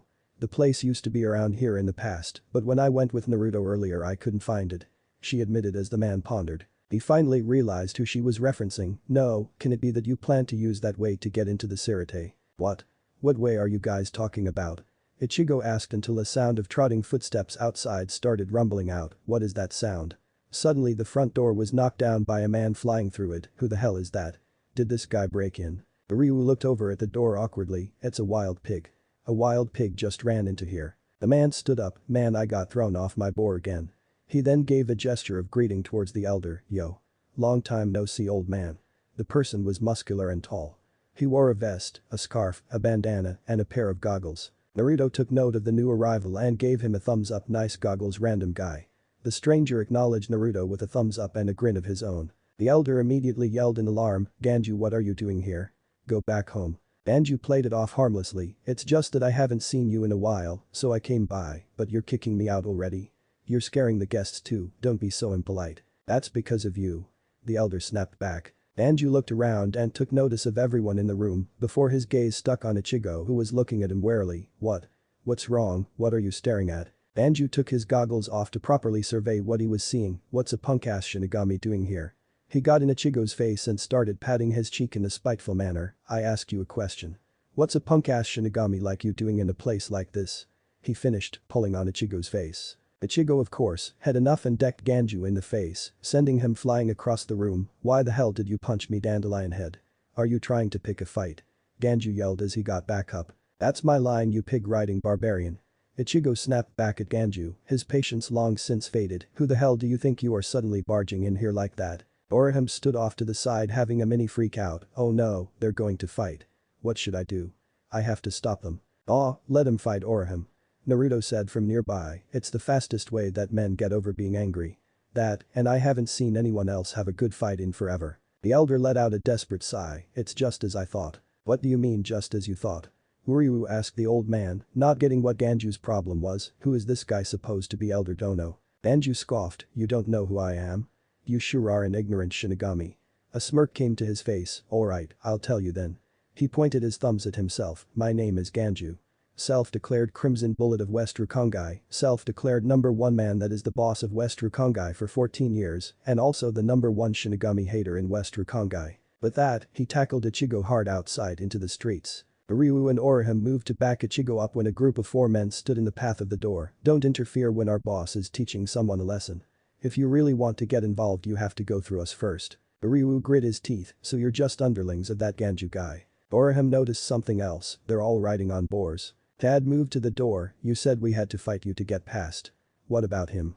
He pointed behind them where Naruto was sitting on the ground gleefully watching Ichigo and Ganju about to get into it. You'd better leave this place. Ganju shouted at a downed Ichigo, as long as I live I'm not letting a Shinigami reside in this district. His reply from Ichigo was a straw sandal to the face in the form of a kick that sent him flying backwards. Holy shit. Naruto cried excitedly, in the face. In the face. The underlings of Ganju cried their leader's name in worry after Ichigo's attack. That's enough out of you. Ichigo said, getting up properly off of the ground, you didn't even hear me out, you just go around hitting people. Even if you really wanted to fight me you're not good enough to be my opponent. Naruto nodded sagely from his spot on the street, that's the exact reason why I don't feel like fighting you Ichigo. Well said. Ichigo turned to Naruto with a twitching eyebrow, I don't really need you interjecting here. Ganju stood back up holding his nose where Ichigo had hit him, that's twice now. Twice that you've punched my handsome face. I kicked you the second time idiot. Ichigo said right back to him. Naruto grinned, maybe he implied it as you punching his face in with your foot. That's enough Ichigo. Yoruichi said as she walked outside, don't waste your energy on a meaningless fight. She stopped next to Naruto when Ichigo didn't back down, honestly getting angry over a tiny situation like this stupid kid. Naruto cast an innocent look over at her, well, you could always transform and stop him yourself. He suggested with a stupid look crossing his face after finishing his sentence. Yoruichi rolled her eyes, I'm fast enough that the only person here that might be able to see me would be you. Maybe you, so you wouldn't get anything out of it. Anju stared at Ichigo intently, if you aren't going to leave Shinigami then it seems that you and I are simply destined to fight. He said as he drew a small cleaver-looking weapon from his back. Anju stop it. The elder tried reasoning, he is not a bad Shinigami. Shut up. He snapped back at the old man, you should know very well that a Shinigami is a Shinigami. There are no good ones or bad ones. He started running at Ichigo, here I come Shinigami. Ryu saw this as a potentially bad situation, damn, Kurosaki didn't bring his Zanpakuto too. Naruto watched Ganju start to charge and remarked to Yoruichi, should I throw him a kunai and see if he sinks or swims with it? Yoruichi face faulted in cat form next to him. Tad then ran from inside the house and tossed Ichigo his wrapped-up Zanjetsu that Ichigo caught and immediately unfurled thanks Chad. Boo Chad. Naruto said, outside interference is strictly forbidden. Naruto said before Yoruichi slashed him hard across the face with her claws, fuck. Why does that hurt so much? Yoruichi blew on her claws, that's what you get for being a dumbass. Anju still came forward with his attack, forcing Ichigo to block a horizontal slash by stabbing his sword into the ground to cover the side of his body, don't think that with a larger blade, you'll be able to beat me. Ganju made a circular motion with his front leg and stomped on the ground before making a gesture with his free arm, sink down. The ground softened to the extent that Ichigo's sword was caught in it. What's going on? Ichigo wondered as his sword suddenly began sinking into the ground, it's like quicksand. While he was worried about his sword, Ganju jumped and kicked him in the side of the head, sending him rolling down the street. What was that weird trick? Ganju stepped in front of Ichigo, who had made it back to his knees and kicked him in the chest, however Ichigo caught his foot and punched him in the face, dropping him to the ground, I don't need Zanjetsu to beat you. I was stronger than one of the toughest girls in Japan before middle school in karate. Ganju got up and attempted an overhead chop with his weapon that Ichigo stopped by catching his arm at the wrist and disarming him before punching him in the face again. The punch sent Ganju stumbling back, but had Ichigo shaking out his hand, that didn't knock him out. I just hit him as hard as I could tough guy. Naruto chuckled at Ichigo's disbelief as the scratch marks on his face vanished, it's probably your hands. You've got them baby hands. Ganju wiped the blood away from his face, punk. No. One of Ganju's underlings shouted, boss bad news. He turned around to reveal a clock on his back that read 9 p.m, it's not good boss. It's already 9 o'clock. Shit, 9 o'clock. Ganju said rather fearfully before letting out a whistle, come here Bonnie-chan. Bonnie-chan? Ichigo wondered to himself before Ganju's large boar jumped over his head and slammed into Ganju before the man climbed atop the animal, wait, you're leaving. Don't run away. I never said I was running away Dandelion Head. I just have somewhere to be, so wait here until I come back. Ganju shouted as he began riding off with his friends, come on you idiots. Why didn't you warn me sooner? Ichigo stared at Ganju angrily, unable to conjure words to express how pissed he was. Well Ganju began to disappear into the distance as Uryu walked over and put a hand on his shoulder, let it go Kurosaki.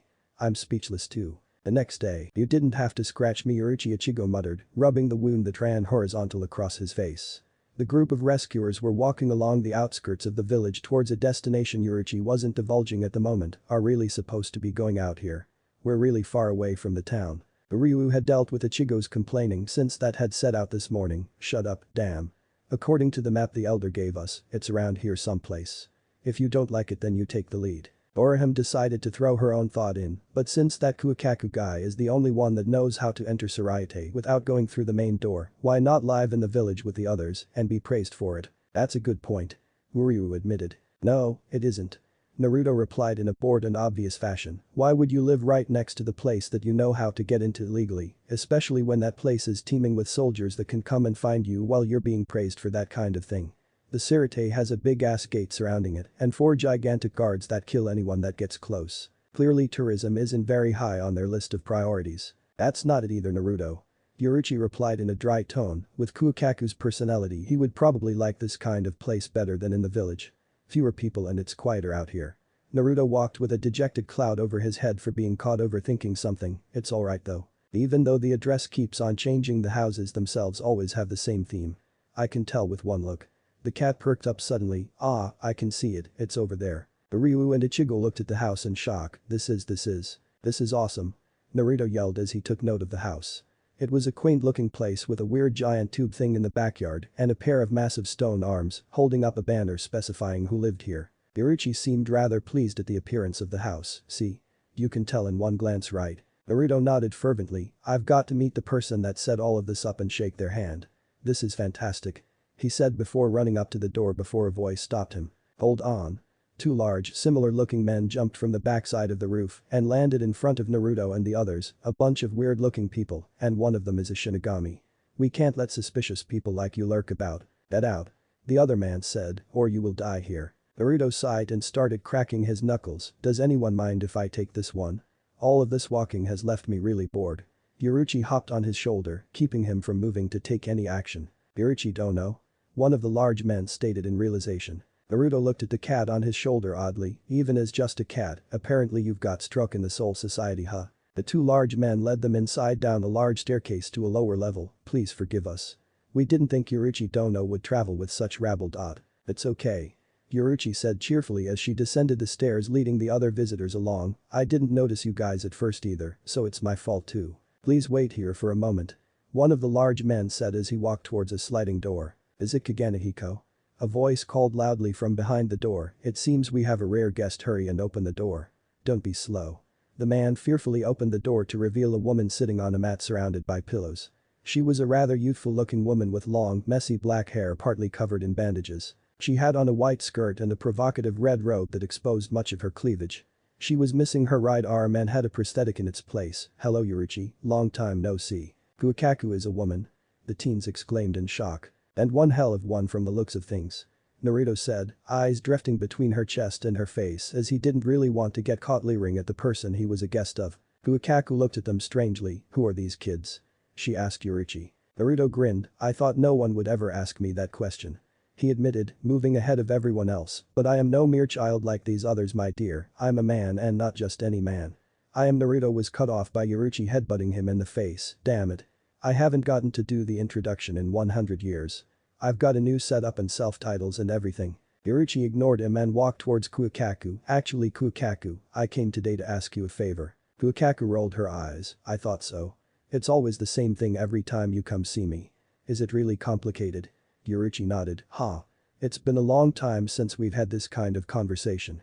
She then smirked, so then go ahead and tell me.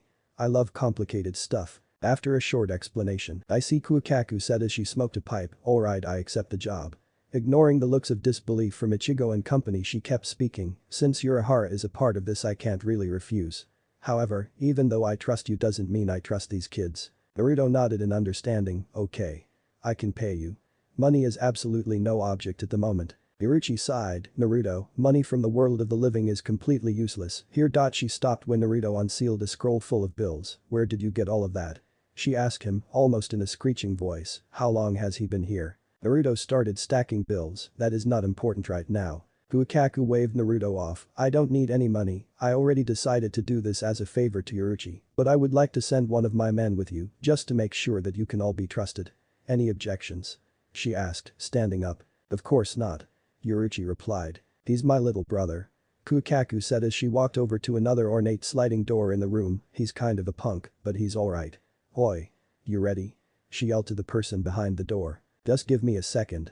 The voice replied frenetically. Okay Wani-sama, I've got it. The door slid open to reveal the man from last night that had attacked Ichigo. "Hello everyone, my name is Shiba Ganju, nice to meet you." "Ah, it's you." Ichigo and Ganju both yelled at each other upon realizing who the other was. "You know each other?" Kukaku said in confusion. Naruto appeared at her side with a grin on his face. "You want to see something hilarious? Watch this." Naruto displayed two pebbles that he flicked at both Ganju and Ichigo's heads with pinpoint accuracy. That was all the catalyst that was needed to continue their little dispute from the night before. 10 minutes later, the novelty of watching Ichigo and Ganju beat the crap out each other wore out quickly. Naruto let out a yawn. "This isn't as funny as it was last night." "That's enough." Kukaku shouted, stopping Ganju and Ichigo's physical violence with some of her own. "What the hell is the matter with you two? You've been fighting since the second you saw each other." "Ow," Ichigo mumbled as he started getting up off of the ground, jumping a guy out of nowhere like brother like sister. Ganju pointed at Ichigo accusingly, but when he saw me he was the one that. Kukaku kicked him in the face, shutting him up. "You talk back to me." She then turned to Ichigo and grabbed him by the head. "Hey punk, this is my home. If you don't like the way I run things then get the hell out." Naruto watched the scene in near stitches. "Why is it that every woman I meet is probably capable of kicking my ass? It's like a theme that never dies." Ichigo was quick to heel to Kukaku's will and turned to Ganju once she started walking away. "Your sister is scary." Hours later, in order to get into the Sirte, which had a barrier erected around it due to the gate that would keep out attacks from above and below, Kukaku would fire them from the tube in the backyard, which was a fireworks launcher. In order for them all to have even a fighting chance of surviving such a thing, they all needed to be able to focus their Ryoku and form a protective cannonball that would then be fired. It was harder than it sounded, as if no one could make the ball they would be blown to bits in the attempt to do so, which led to them having to train and get it right. Ryu, Chad, and Orihime all got the process down quickly enough, as did Naruto, since despite his vast amount of chakra once you dug into his reserves of Ryoku it was halved, and that made it far easier for him to control. Ichigo had gotten this gist of it after Ganju let Ichigo in on his shortcut to control his energy, but because it was so tough for him to keep control of his energy, he was forced to refine his technique. "I'm sick of practicing this, Uzumaki," Ichigo said as he held onto a strange orb. "I've gotten the technique down, it will be fine. I need to get ready to head into the Sirte." He held his stomach. "Ow, my stomach hurts." He complained before Naruto smacked him over the back of the legs with a kendo stick. "Ow. Ouch is not an acceptable kaya at this dojo." Naruto yelled at Ichigo before hitting him again, prompting him to stand up. "There is no fear in this dojo." He started pacing around. "You have just as much power in comparison to me as a kid. The downside to that is that much like me as a kid, you absolutely suck at controlling it, and that's very bad in this case. That doesn't explain why I'm still here working, you bastard." Ichigo snapped at him before flinching when Naruto threatened swinging the kendo stick again. Naruto continued his reasoning. "You see, the lives of me and everyone around me never really banked on my shoddy control, so I had time to neglect it and work on it over time, of which now I have adequate control. You do not have nearly enough time to get good control, so we're going to patch you up like a leaky ship to get you to the next dock by making you as tired as fucking possible so that you have less overall energy to control." Ryu stood at the doorway of the room looking at Naruto strangely until he finished his rant, allowing him to speak. "Yaruchi is waiting at the surface on you two to get up there." Naruto grabbed Ichigo by his collar and dragged him up there. "This is going to have to do for now, I guess. Come on kid, let's roll." "Hey, where's Ganju?" Ichigo asked as he saw everyone up around the fireworks launcher except him. "Wait." Ganju yelled before turning a corner around the house. "The heroes always arrive a little bit later," he said with a thumbs up. Kuikaku shook her head while Naruto frowned. "You totally butchered that quote and that gesture from the book I just released up here. Icha Kahausha, Liberator." The mighty hero rushes in to assist his allies right before their inevitable deaths, before the big climaxing fight scene on the bridge, and says that exact quote. Chapter 16, page 211. It's supposed to go, the hero always arrives at the very last second. He then noticed Kuikaku and Ganju both giving him odd looks. "You wrote that?" They both shouted in disbelief and wonder. "You're that Naruto?" "Uzumaki Naruto." Naruto grinned. "Yep. I was broke so I decided to re-release my first volume of my own Icha works up here. It totally spread like a brush fire. I'm the best writer alive or dead. Literally. How long were you here before we showed up?" Yaruchi shouted at Naruto, finally having had enough of not knowing. However, she was ignored as Naruto signed copies of his book that Kuikaku and Ganju somehow immediately produced. Ichigo got everyone's attention. "What are you dressed up looking ready to fight for? Aren't you just here to bid us farewell?" Ganju got in Ichigo's face and grabbed his collar. "My brother was killed by a Shinigami in cold blood." Kuikaku's mood at meeting Naruto vanished when Ganju started speaking. "Ganju, shut up. Don't interrupt me sis, just listen." Ganju's tone actually shocked her into silence, allowing him to continue. My brother was a genius. He passed the Shinigami entrance exam on his first try, his energy was on par with a lieutenant of the 13th Division. He finished the academy curriculum of 6 years in just 2, and 5 years after that he became a lieutenant himself. But then he was betrayed and killed by his Shinigami partner. Ichigo stayed silent and let him continue. I was young and didn't know everything about it, but I will always remember 2 things. The cold eyes of the Shinigami that brought my brother's body back and the smiling face I saw when my brother thanked that Shinigami. I never understood why, but not once did my brother ever speak out in hatred against the Shinigami. I want to know the reason why he never hated them, why he believed in them even in death. He jerked Ichigo's collar. You aren't the same as other Shinigami. If I go with you I'll find out why, so I'll be lending a hand on this one, and I'll see with my own eyes what Shinigami are like. Fukaku stared at her brother in disbelief, as no one had anything to say to Ganju. Well, I guess you've made up your mind. Just don't run away mid-fight, you brat. If you're serious about this, give it everything you've got. Ganju nodded in determination until Ichigo broke his grip and grabbed his collar in return. Watch my back. Ganju smirked. Scum. Alright, let's do this. He said, breaking Ichigo's grip and walking towards the launcher. Ichigo looked down at Yoruichi and held out the orb in his hand. We all trained really hard to learn how to do this, as if our lives depended on it. I didn't. Naruto supplied helpfully. That was just you. Ryu added. Ichigo continued speaking to Yoruichi, slightly perturbed at the others. Anyway Yoruichi, can you do it? You don't have to worry about that, just put it on the ground. Yoruichi said, hopping on it once Ichigo did so, right before forming a perfect cannonball effortlessly. This is just as natural as breathing for me.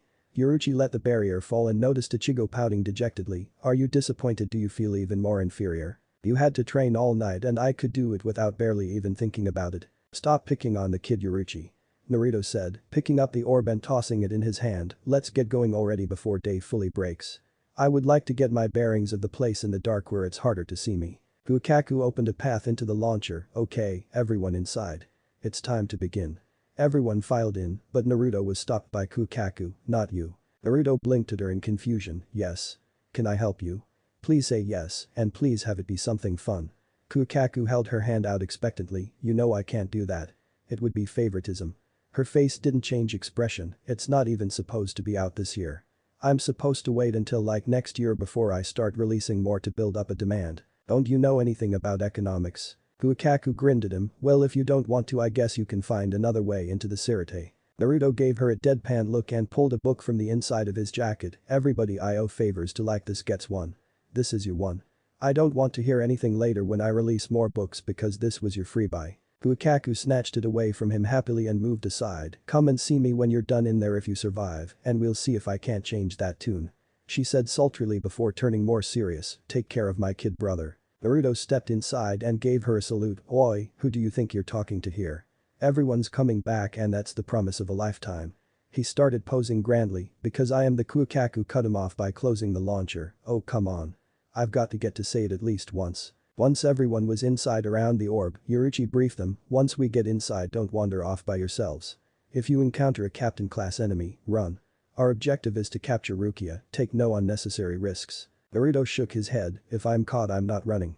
My objective is to keep you all on your objective, and that means I'm going to be playing decoy. He replied gleefully. They're going to be running around like roaches in there, and in the middle of something like this, nothing makes it easier for a small group of people to move about inside of a stronghold than misdirection, complete mayhem, and anarchy. Hence, that will be my job. Yoruichi looked at Naruto chidingly. Listen Naruto, once we get there she heard Fukaku begin her incantation outside. Damn it, it's begun. Focus your energy. Sirte, we didn't find anything Zaraki Taichu. A Shinigami reported. Damn it. A rather large man with scars all along his body, an eye patch on his face, and his hair tied up in a unique spiky style with bells at the end shouted. A little girl with pink hair on his back. We searched all damn night and nothing. He looked up at the sky once a loud noise echoed out. Wait, what's that? It then broke apart in the sky. Damn. It separated. Now which one is the strongest? Aizen Taichu. It hit the barrier and stopped. A Shinigami shouted in shock. The man with brown hair and glasses looked up in surprise. It hit the barrier and didn't vanish. That means that the concentration of power is extremely high. The cannonball in the sky then burst into 4 different directions, and so it begins. With Naruto, it landed over here. You can see the smoke and everything. A Shinigami amid a group of them shouted as they made their way towards where Naruto crash landed. They ran in abruptly, each with a Zanpakuto all drawn. Find the Ryoka. He's not here. The smoke cleared to reveal nothing but the amassed group of Shinigami. Wait, I felt something run past me in the cloud of smoke. A blonde Shinigami with spiky hair said as he pointed, it went that way. He yelled, grabbing a hold of his Zanpakuto in its sheath as he prepared to run. That way. Let him. Don't let the intruder escape. The blonde Shinigami was quickly passed by all of the others as he allowed himself to lag behind until they were out of sight.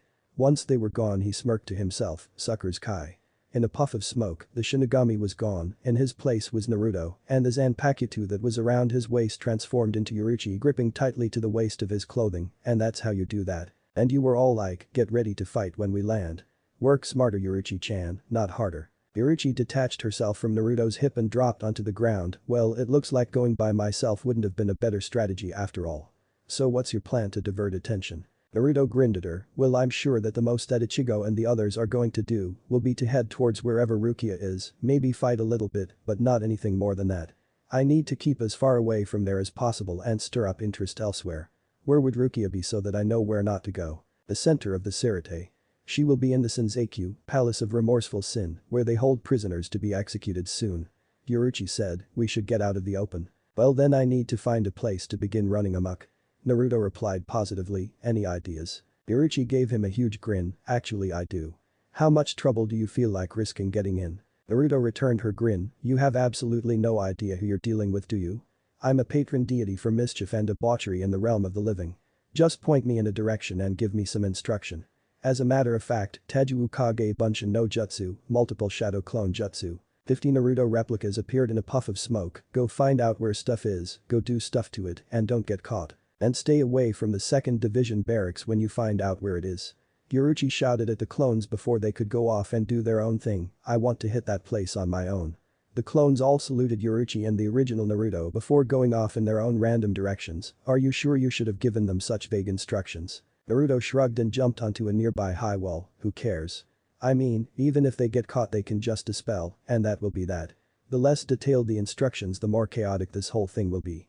Now let's go have some fun while the others struggle for their lives. Lead the way Yuruchi-chan. Yuruchi pointed in the direction she wanted him to go off in and held on as he proceeded to disappear in a shunshin. A few hours later, Yuruchi was on Naruto's shoulder as he quietly traversed the outside grounds of a particular set of barracks. Are you sure you're up for this? I can get in on my own and do this. I used to run this place and could do it on my own. Naruto looked at the cat and back to the place he was sneaking around. Do you really want to transform just to set up pranks and run around naked when I could do it for you? I have clothes. Yuruchi huffed indignantly, and this division is directly connected to the Onmitsukido, stealth force, especially tailored with stealth skills that the others don't possess, in order to complete specialized missions. Guard duty of high-profile prisoners, assassinations, things like that. So you're saying that they're more or less the ninja force of the Sirte? Naruto ventured as a guess. Yuruchi nodded, yes, you could say that for more than a good number of them. She noticed a gleam in Naruto's eyes that he couldn't hide. What do you plan on doing? Naruto let out a quiet laugh. I can't remember the last time I had to go toe-to-toe with a ninja of any kind. You definitely can't talk me out of this now Yuruchi-chan, I'm in this for sure. Feeling the impulse to scratch Naruto's face rising inside of her for being stupid again, Yuruchi decided to question his sanity. What do you think you can do against an entire squadron of them? Naruto's mirth never faded. When I was 12, I painted the entire mountainside monument of the most powerful village of ninja in the entire world in broad daylight wearing bright orange, and I got away with it.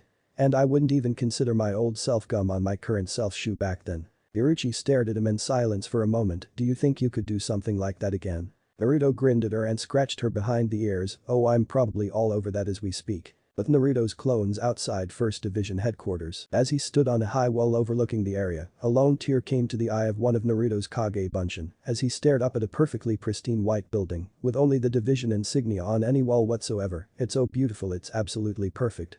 It's so perfect.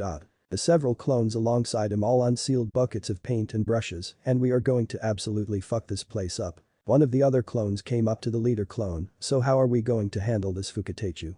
We can either do it the long and hard way. Artistic, but we might get stopped halfway through. Then again there's the fast way. It might not be as cool as the other way, but the chances of collateral damage are incredibly good and high, which would be hilarious and would definitely piss people off. The clone stroked its chin. Well, we're supposed to be doing this quickly, so do it the fast way. It should still be good. So go ahead and sneak into position. The clones saluted him and picked up their equipment before taking off around the area. 9th Division Headquarters Editing Department of the Sirte Communication Magazine. Oh man, a clone sitting at a desk, typing rapidly said with a grin on his face, who the hell runs this place? We might as well have walked right in through the front door for all the defenses this place had. Another clone stood off to the side, taking pictures of another clone who stood in front of a white screen. Well, they think that there are only a few of us. They don't know that boss can make an entire army of us if he wanted to. Now keep writing our profile page. We're letting the whole Sirte know who we are with a special issue of their magazine. They're all out jazzing Ichigo and the others. A clone that was reading over another's work said they're going to try and cut them off and trap them with numbers since they have a general idea of where they are. And that is nowhere near here. Hopefully when we're done here we can divert some of the heat off of them in a full glossy 42-page spread chronicling the greatness of Uzumaki Naruto. He handed the work back to another clone, go over it and add more flashy adjectives and titles to describe us. Ukitachu, what do we call the issue of the magazine? The leader clone grinned, special issue. The introduction of Uzumaki Naruto. The immortal sage cometh. The Chiki family manor. The Naruto clone stood in the middle of a serene garden sitting by a koi pond with his eyes closed and a smile on his face. He let out a deep sigh. I like this garden, it's peaceful. A clone came up to the leader clone, yes. Ukitachu, our brothers are in position in the laundry room with the orange dye and they found the Byakuya guy's room. Orders? The clone asked. The leader clone put out his hand with a thumbs down, do it. I can smell the noble just wafting off of this place. But Naruto and Yuruchi 2nd Division Headquarters. Naruto quietly slipped inside of an office with his shoes off and Yuruchi on his shoulder before silently shutting the door. This place has heated floors and automatic doors. Who the fuck paid for all of this? Naruto whispered to Yuruchi in amazement, I kind of don't want to mess this place up. Yuruchi hopped off of Naruto's shoulder and started walking around the office. Did you see that hot spring too? This place sure has been renovated since I was here. She hopped into a chair at a desk, my little Soifan has done so well since I left. Soifan? Naruto said as he walked through the room over to Yuruchi, who's that? Yuruchi smirked at Naruto, well she's my old bodyguard protege etc. She's also the captain of the squad, she should be almost as fast as me seeing as how I trained her. So she's faster than me too. Yuruchi nodded, getting Naruto to look dejected, well at least I'm still the fastest man alive. You Shinigami are making me have to step it up. I used to think I was bulletproof. He made it over to the desk, oh well. I'm still immortal, I have all the time in the world to get faster. So what are we here for? How are we pranking her? Yuruchi's eyes took on a saddened tint, I don't want to prank her. I feel terrible for leaving her behind when I left the Soul Society 100 years ago, but I knew she would be just fine without me. Kisuke needed my help. Naruto rubbed her back consolingly, she'd understand wouldn't she? Yuruchi shook her head, I'm all she had. Her entire world was based around me. I'm sorry Yuruchi. Naruto said, taking a seat on the desk, letting the cat hop into his lap, I know something that will cheer you up though. A grin slowly formed on his face, we could have sex on your old subordinate's desk, huh? Would you like that? Having sex on your underling's desk? Yuruchi slashed him across the face with her claws, gah. So angry. Why does that hurt so bad? Yuruchi walked over to the window of the office and jumped on the sill, you're a total pervert. She sighed when she heard him say so. And you haven't earned the privilege yet. She heard quiet rapid footsteps from down the hall, Naruto get up, we have to go. Ah. What do you have on your claws? That shouldn't hurt this much. Okay Yuruchi said, good luck Naruto. If you don't die or wind up captured come and find me okay? I can't be discovered yet. She said before jumping out of the window. The door to Soifan's office burst in as a bunch Shinigami dressed in traditional ninja outfits rushed inside. Naruto stopped staggering around the room and fretting over the deep scratches on his face and noticed them creeping towards him slowly in Hakuta stances. Naruto blinked and looked at the window where Yuruchi was no longer present. Oh Yuruchi you suck so hard, I am going to kick your cute little ass when I find you again after I get out of this. He gave a bright grin, hello everybody. I know it doesn't look like it, but I'm a ninja too. So there's no need for us to fight, right? When they didn't stop moving his smile dropped and a cold facade found its way to his face, didn't think that would work. As the group attacked, Naruto dodged their first move and escaped to the hallway, where after running for a short while he turned around to face them. Just as he had expected, he managed to get them coming at him in a single file line. Naruto clapped his hands together and held them before opening his mouth, Fuetin. Tatapa, wind release. Great breakthrough. Naruto released a powerful wind that blew through the hall, sending the attackers flying backwards against the far wall. Naruto continued to run away, no need for me to get into an open fight with these guys. However he didn't have an option in the matter when he found himself dodging the swipe of a Zanpakuto from a Shinigami from an open doorway. A second swipe was blocked by a kunai that Naruto neatly deposited into his hand from his sleeve, well I am inside of their HQ. Naruto used his free hand to grab the Shinigami by the throat and push him against the wall where he let go and punched him in the face 3 times hard enough to smash his head into the wall and crack it, knocking him out. Naruto turned around to find that he was still being pursued by even more of the Onmitsukido. To hell with this. Naruto formed an orb of energy in his palm and jumped up towards the ceiling, Rasengan, spiraling sphere. Naruto smashed through towards the outside where he began running on the rooftop. The Ryoka has escaped. Don't let him out of the division grounds. A series of Shinigami appeared in front of and behind Naruto using Shunpo with their blades drawn, surrounding him.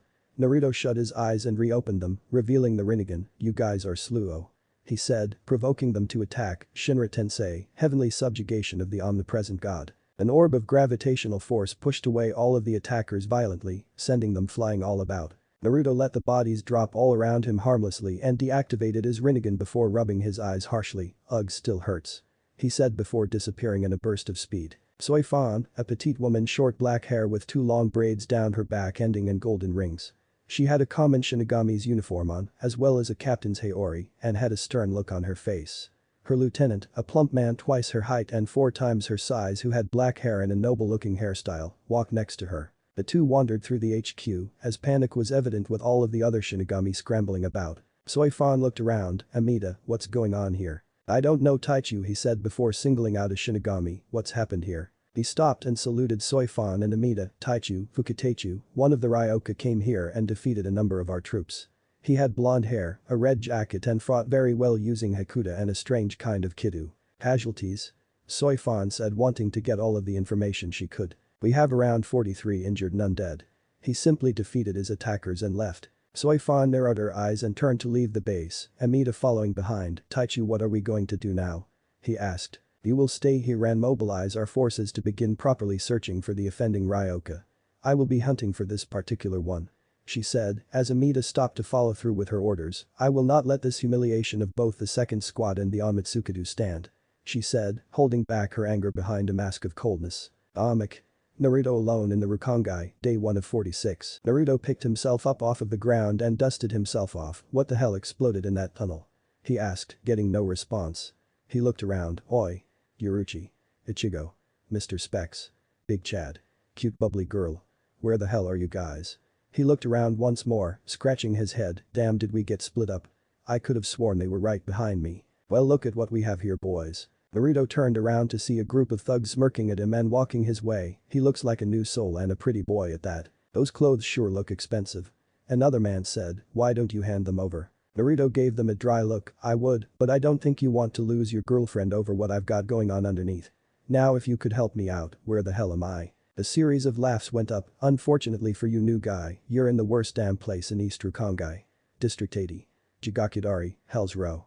Now if you give me everything including the clothes on your back, I'll let you live and maybe let you into my gang as one of my foot soldiers. Naruto stroked his chin in faux thought before pointing at the man, or instead of that, how about I give you nothing and you tell me what I want to know about this place so that I can move around. Now I know it sounds like the raw end of the deal, but hear me out. You can try to get the results of your offer, but that won't end well for you and I'm still going to get everything out of my offer, you'll just be in a lot more pain afterwards. Savvy. Let him.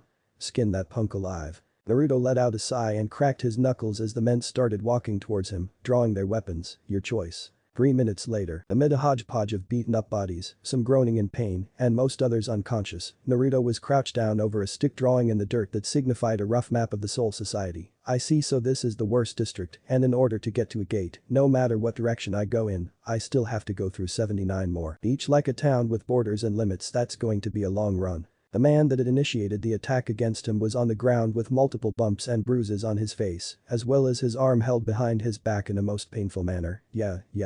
For most people that walk would take a month. A month? Naruto cried with tears going down his face. You've got to be kidding me. Where are the others that came with me? This sucks.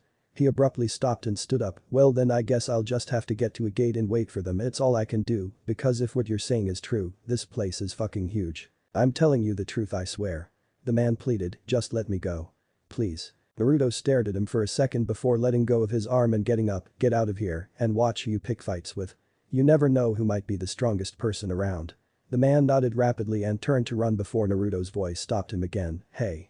You ever heard of any people from a place called Konohagakure no Sado? It's a place in the world of the living. And no. The man shook his head in fear of Naruto. Are you going to kill me for not knowing? Naruto again shook his head and gestured for him to shoo. The man did so without a second thought. Naruto turned towards the west and started stretching. Okay, I wonder how fast anyone has ever tried going to get there. I guess I'll find out for myself. Maybe if Yurichi ended up this far away too, I can beat her there if she's still a cat. He bounced on his toes a few times before taking off in a dead sprint down the street, kicking upwind and disappearing in a blur before anyone could see him. That's it for today guys, hope did you enjoyed this video. If you do, please leave a like, share and subscribe for more.